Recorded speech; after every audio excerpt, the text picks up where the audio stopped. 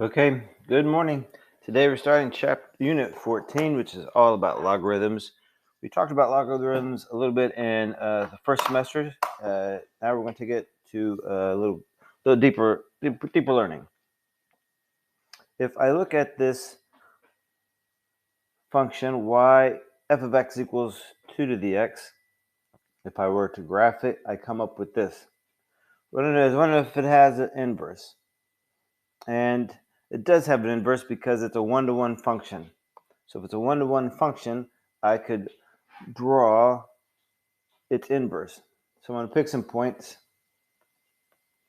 So I have the point 0, 1 on my first graph, so that would be the point 1, 0 on the new graph. And then I have the point 1, 2, so then I have 2, 1. I have the point 2, 4, so I'm going to be at 4, 2.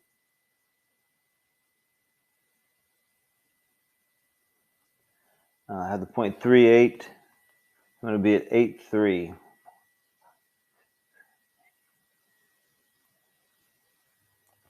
And then if I draw my graph, it appears to look something like that. So if I have, this is my original function. If I try to find the inverse function, I would have y is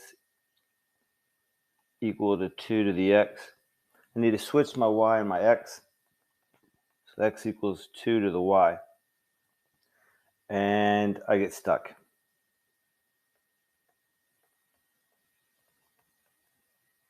I can't do any algebra to move things around. So I need a new way of looking at that. And that new way are going to be what's known as logarithmic functions. And that's because exponential functions and logarithmic functions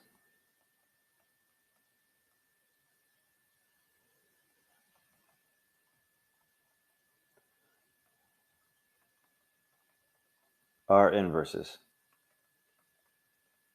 Remember, an exponential function is just a function where our variable is up in the is the power. So to find the inverse of this, it has an exponential function with the base of 2 is going to become a logarithmic function also with the base of 2, noted as that.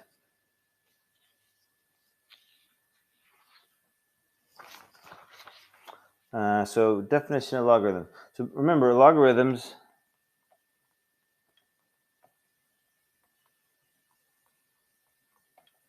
are just our exponents.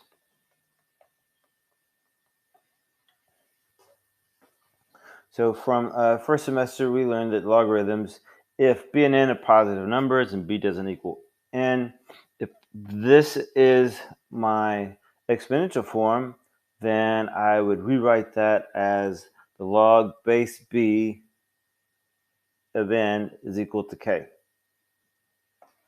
And remember, to go from log form to exponential form, I would go like this. So that's going to be 2 to the 5th equals 32. On number 2, if I was going to change this one, I go 3 squared equals 9. For number 3, I'd have 7 to the 1/2 power is equal to the square root of 7.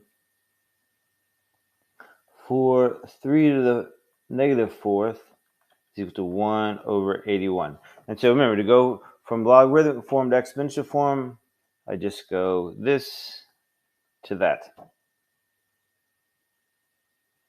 And to go from exponential to logarithmic form, this is still my base. So I have the log base b, so log base 4. Remember, logs are just exponents. So it's going to equal 364.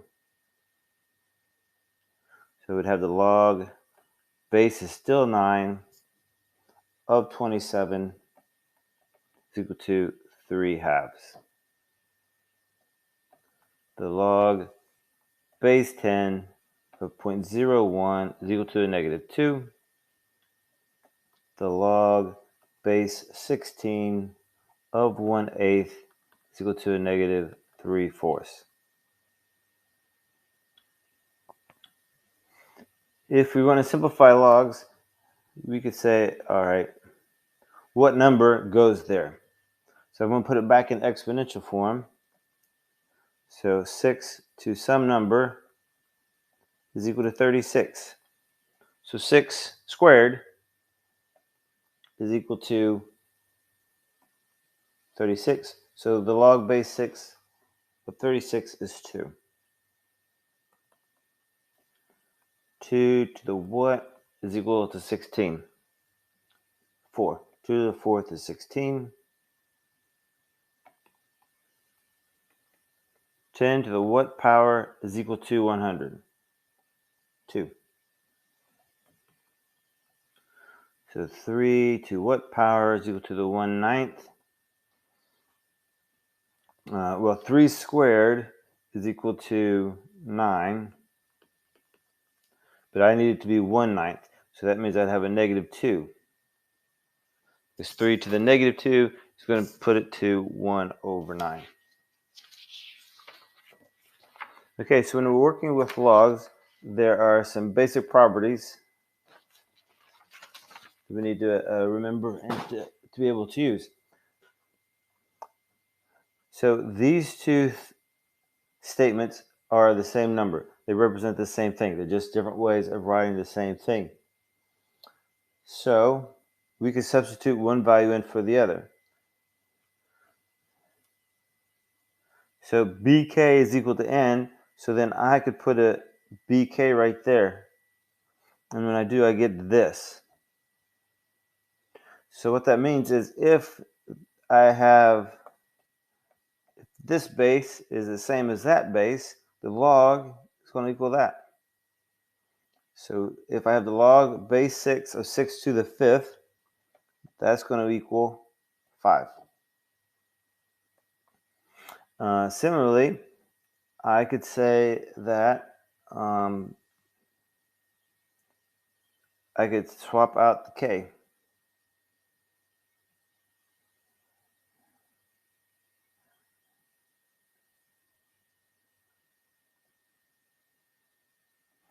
So if I have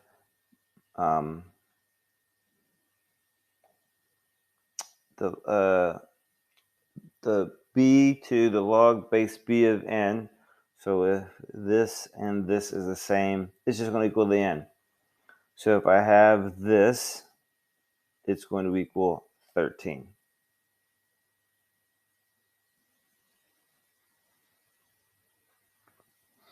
Since b equals b to the first, then it makes sense that b to the first is equal to b. So if these two numbers are the same, it's going to equal 1. Because if I would have 3 to the what is equal to 3, that's 1. But if we can recognize that if I have the log base b of b, it's always going to equal 1. If I have the log base b of 1 is equal to 0, then b to the 0, well, anything to the 0 power is going to be 1. So if I was going to solve this one, I would have 7 to the what is equal to 1, has to be 0. But if I recognize that the log base of anything 1, it's always going to equal 0. Solve these equations using our knowledge of logarithms. So I could say 4 to the 3rd is equal to x. 64 would equal x. X to the negative 4 is equal to 81. If I take this to the negative 1/4, that would give me x. So I would need to raise 81 to the negative 1/4. And if it's negative, I'm going to have to trade its places. So 81 to the 1/4 under 1. Remember, this is the root of my radical. So x is equal to the fourth root of 81. That's still under 1. And x is equal to, if I take a radical in an equation, I'm going to get two answers. So it's going to be plus or minus. It's even. And the fourth root of 81 would be 3. So plus or minus 1/3.